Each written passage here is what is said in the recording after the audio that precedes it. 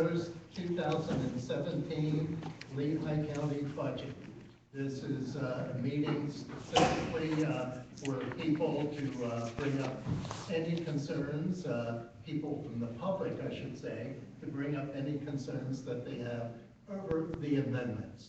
So is there anyone who wishes to speak to any of the amendments? Please step forward. Don't get trampled through. Hearing none, this meeting therefore stands adjourned. Thank you. And then we'll reconvene the meeting of the Cedar Brook Committee. I believe, Mr. Mulchaney, you were about to, or Mr. Mars, somebody was about to, address Commissioner Doherty's question about size of the homes. Yeah, because I looked through your pamphlet here, and you have some very nice-looking projects there, and I'm familiar with some of the counties, but they are very small in relationship to the project that we're embarking upon. Okay. So convince me that you are the right firm to do this. All right. Well, probably the largest nursing facility that we work with is the Erie County Geriatric Center, or Pleasant Ridge. And with the east facility and the west facility, I think it approached 400 beds. So that whole study was developed on those 400 beds. Other than that, the other nursing homes were smaller. Venango at 214 beds, I think, was the next largest. But the thing is, with nursing homes and the care, they're somewhat modular because of the rules that the health department puts on them. So if you build a model around a nursing station, okay, maximum number of beds is 60 beds. The maximum travel distance is 120 feet. They need clean utilities, soil utilities. They need medication rooms. So there's a lot of repetition in nursing homes. So I think rather if you're doing 120 beds or you're doing 240 beds, the model is somewhat the same for the nursing care. Now you'll have some specialized units. You may have a dementia unit or Alzheimer's unit, so that'll take on a special flavor of its own. You'll have special isolation rooms that would be maybe part of each nursing unit. And then you'll have different amenities that are shared, such as dining, dietary, kitchen, laundry. And so those facilities would have to be sized for a larger facility. But the rest of the components are somewhat modular. So I think with our experience, we don't think there'd be any issue with us delivering a good study for you with a lot of thought and care, and also that you'd be able to use it as a tool going forward. I think our experience with the Department of Health, how they do business, what the rules are, is adequate to do this study for you, and the fact that we did a very similar study for Erie County, even though it's maybe a little bit smaller facility, I think all the components and the parts and pieces are there that we have experience in. Is there any possibility that the state may change some of the standards? I've heard about the 60 per modular unit for some time now. Is that fairly standard? Can we rest assured that whatever your study comes up with will last? Let's say if we dilly-dally around and it takes a year or more to get the project underway, that we will have compatible results at that time. I think so. I don't think the state has changed the model since I've been working with nursing homes. And I think if they would change the model or some of the rules and regulations, it would be graduated in. It wouldn't just all happen, you know, now here are the rules. But by the same token, they keep on updating the codes, the life safety code. They adopt every 3 years, say there's a new updated life safety code, so you have to be up on the latest life safety code, and those rules change slightly. They don't change completely, and but everything like that kind of change is very slow to happen. So I don't think a study that you do in 1 year versus not acting on it for 2 or 3 years is going to be that significant. There may be some minor changes, but not overwhelming changes. Thank you. You're welcome. Commissioner Briggs. Your description of the Pleasant Ridge Manor was helpful. What was the age of the original facility there prior to the renovations, prior to the additions?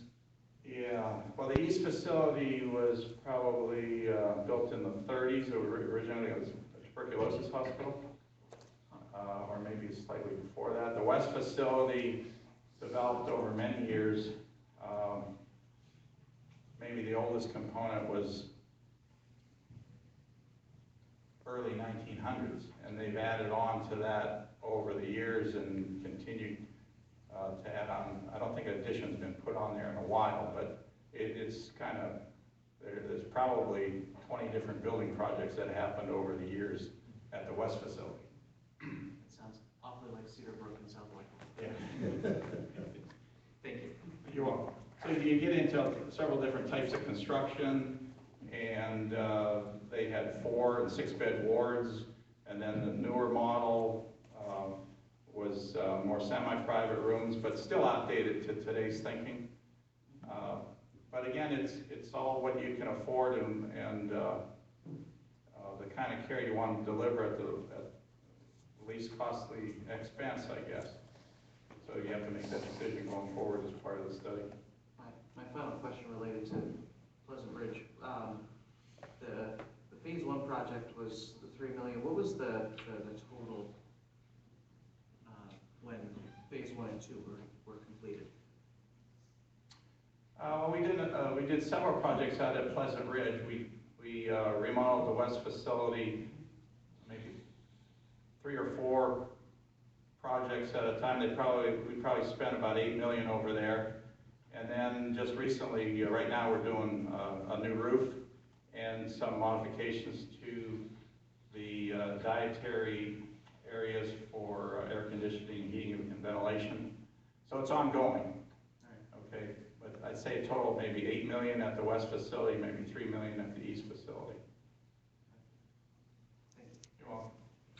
Commissioner Holt? Commissioner Jones. All right. Thank you. I have a simple question. In your report, and I may have overlooked it, but one of the things that we're looking for is analysis on operational cost, not just brick and mortars cost. So does your proposal include an analysis of what the operational cost would be?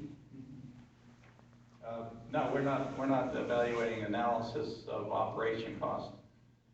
We would be studying the physical construction aspects, different models of renovations. Okay, understood. So my question then for Mr. Mulchaney, where would that piece of information be included in the process? Commissioner Jones, we have to do that part of the study yet. We intend to embark on the feasibility for the facility first. No, I understand that, but when would that piece, when and how would the operational analysis be included? I think I mentioned at the earlier part of this committee meeting that the administration will now search for an operational consultant to assist us with revenue and expenses for the future operating. Bob Mars mentioned incremental modular. The realities are 30 or 60 bed units are probably efficient, and we're going to, probably build a model that looks to be as efficient as we can, teaming off of what the facility study shows. So we're going to be searching for a company. I mentioned it might be connections to a Good Shepherd, or it might be a company like CHR or someone like that can come in and do a very specific operational analysis for us, revenue and expenses for new and or rebuilt facility. And we need to do that because we need that for the plan next May, June.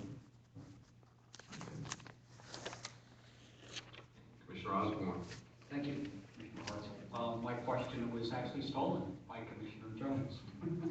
and basically it was, at what point does the results of the operational study become important to the work I'm satisfied from your answer, Rick, that you are gonna marry them and make that operational study become the significance that it has. Oh, yes, that's why, if you remember, our budget is more money than we're spending on one particular part of this, knowing that we have to follow up with that other part, the operational expense and revenue side.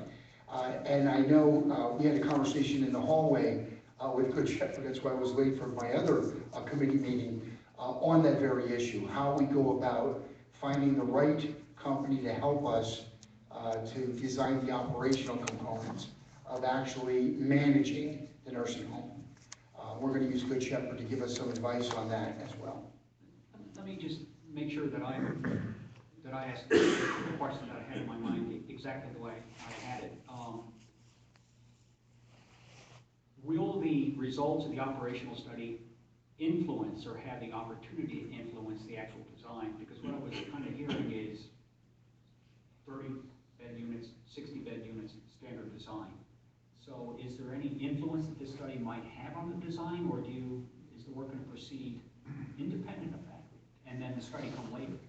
I believe we're going to do it in tandem with this study. Obviously, they need to get a head start before the operational part of the study can happen, so they can be providing us details, what they're finding and what they're thinking, to work with the operational folks, so that for us next March, we have an opportunity to review both feasibility from a engineering design perspective and the operational components of how we would actually establish revenue and operating expense goals to make decisions, whatever those decisions might be.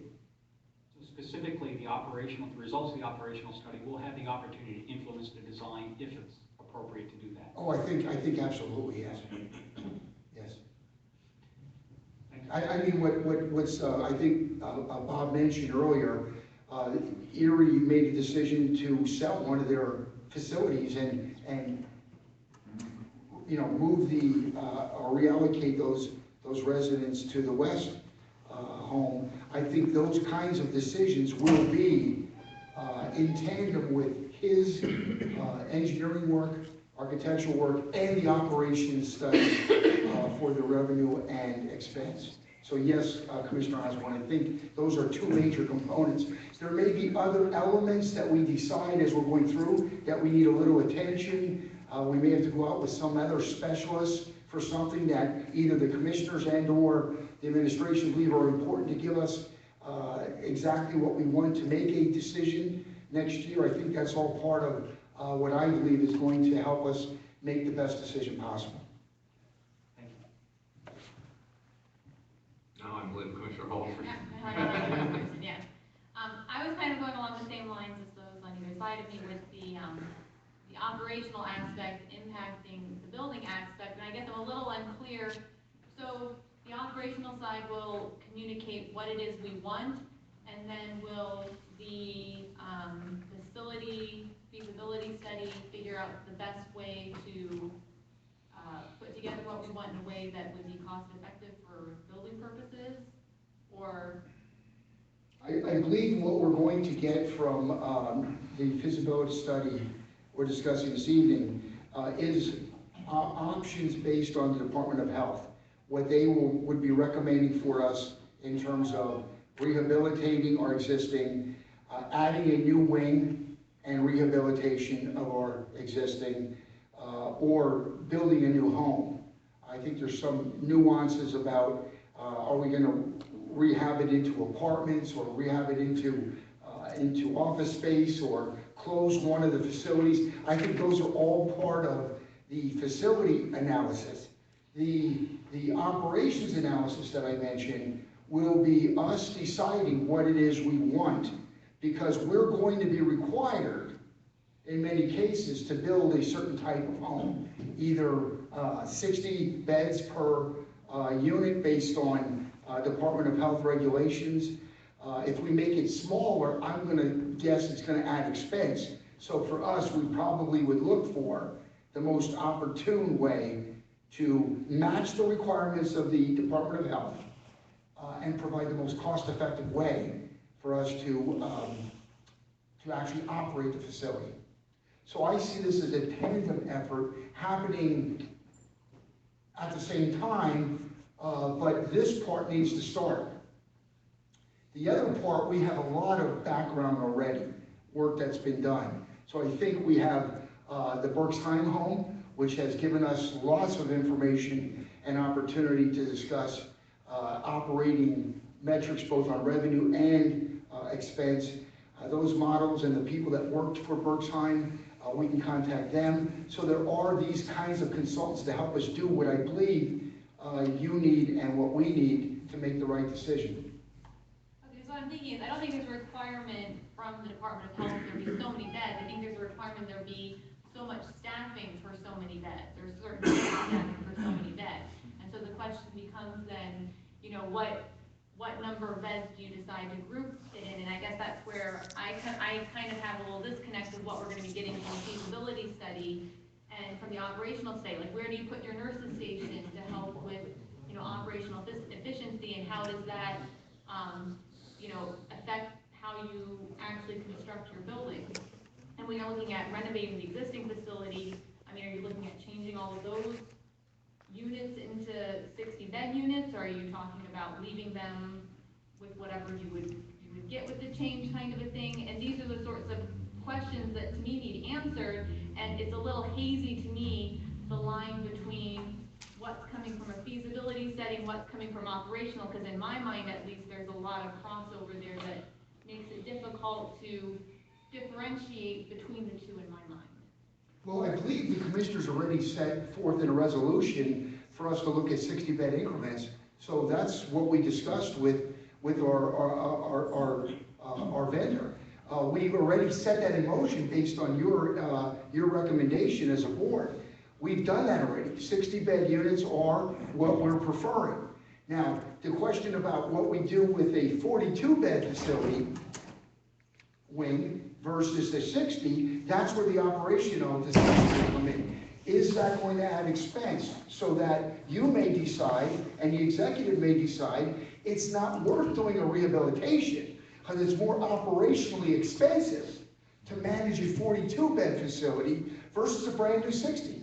That's the way I see this happening. We're not reinventing the 60. That was the advice given to us from the board, based on Department of Health and the Berksheim model.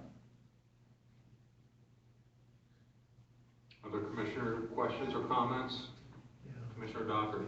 Yeah, we're looking at this in terms of what is best for the residents. We must have good care above everything else. So if it's 60 or if it's less, we want whatever is the best care. So we're looking for that recommendation. But I will reiterate what I've already heard, that it sounds like both components are inextricably tied together. And if I am going to make a decision between renovating and building new, I also want to know what the efficiencies are that we're going to reach, not only immediately, but going forward. You know, in terms of what is it going to save us building new, in terms of 10 to 15 years from now. So it's not just bricks and mortar. We really need to see what the efficiencies are going to be there. So I guess, I'm sorry. So Rick, I guess the takeaway, because we can go round and round, I guess the takeaway on this is whatever it is that's going to be presented to this board come March, that needs to be inclusive of everything so that they all can be reviewed at the same time and pieced and fit in together. So as long as you get that deliverable, that we're looking at everything in one universal scope, I think you'll be fine. If it comes in piecemeal, this part without that part, I think you gotta take the rhetoric that's been expressed and say that's gonna create some challenges in moving forward. So I think at this point, if you could just say to the board, yep, when we give it to you in March, we're gonna give it to you with both of those bits of information together at the same time. I think that's what the board and the executive has requested.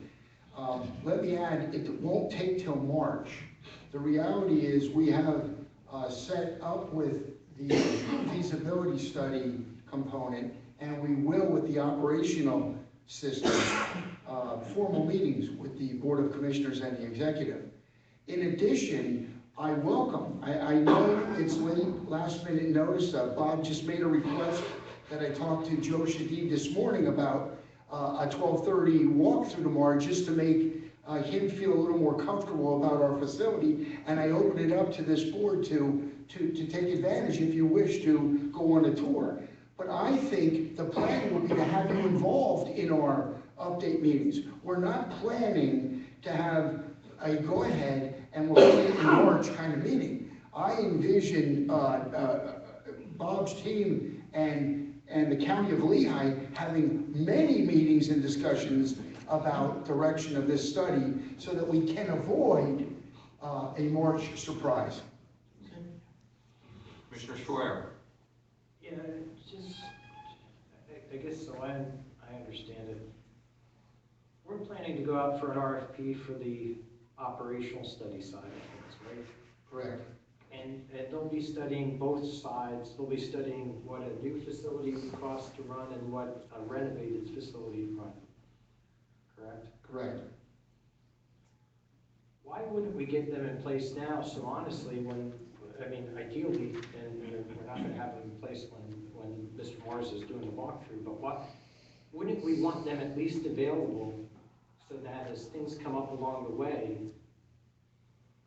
they can be they can be working together? Because I see the two as linked, as everyone said.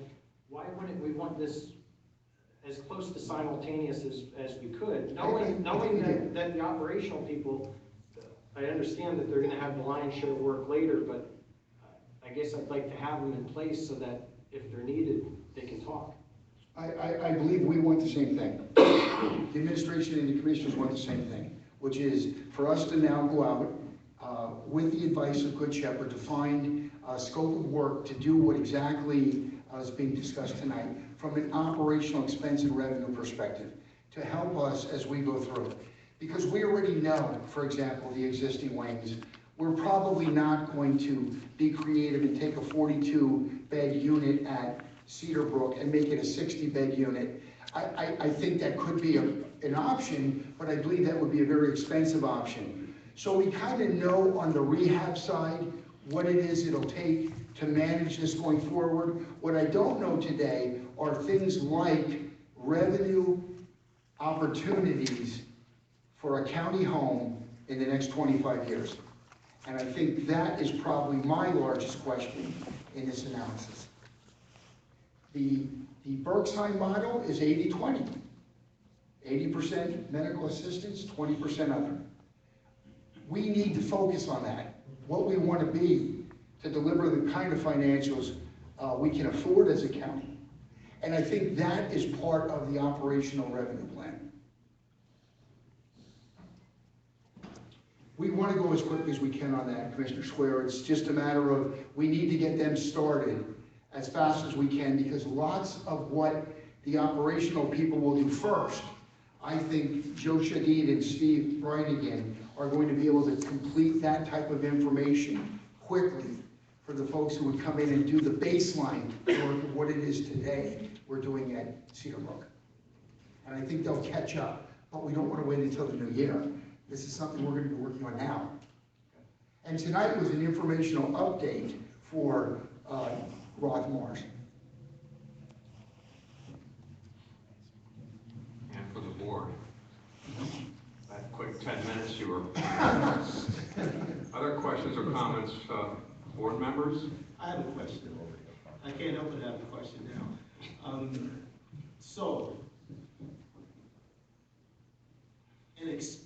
What's a time frame? So you said it'll be sooner than March, and that along the way you would prefer a process where there is an integration of commissioner input along the way, so it wasn't any kind of surprise. So my first question then is, just pull it out there. You don't have to put a fine pin on it, but you see this brick and mortar assessment being done by when? February of 2017. February. No different. I would set that in, Rather than trying to, No, that's not what I'm trying to do. I'm trying to get a suggestion. Rick, between now and when we float a bond, whatever that is, can you help us with a timeline? Can you help us, like, just understand the stuff that needs to happen as you see? as I mentioned in the first round of this discussion this evening, we're hoping November 9th. Right. We're hoping that this is completed in February. March, we have our discussions of the analysis that we're getting from feasibility in the operating plan, so that for next capital plan, which is due May, June of 2017 for 2018, we have a decision in that capital plan to move forward, which would require us to have this done by April of 2017. Decisions made. To help us manage ourselves, it would be helpful to have that, maybe just in a quick email spelled out. There are moving pieces in there, and I can do that, sir. that would be appreciated. I'll give you my best schedule as I know it tonight. Thank you. Of the way we see this laying out. I can't make a determination on the budget and if that bond, what time that'll be, but I can tell you up to the capital plan that I'm responsible for. Very quickly, anything from the public before we adjourn? All right, informational only, this meeting stands adjourned. Thank you very much.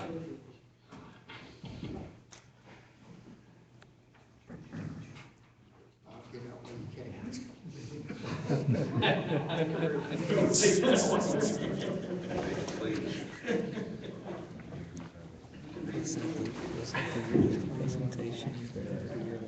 It ranked up there. What? It ranked up there. I mean, it's more like you seem like you're trying to push it off for that later date. Now, what time do you Go have? back. Now, we're online, so. Oh, okay. What time do you have? 7:29. The true poll is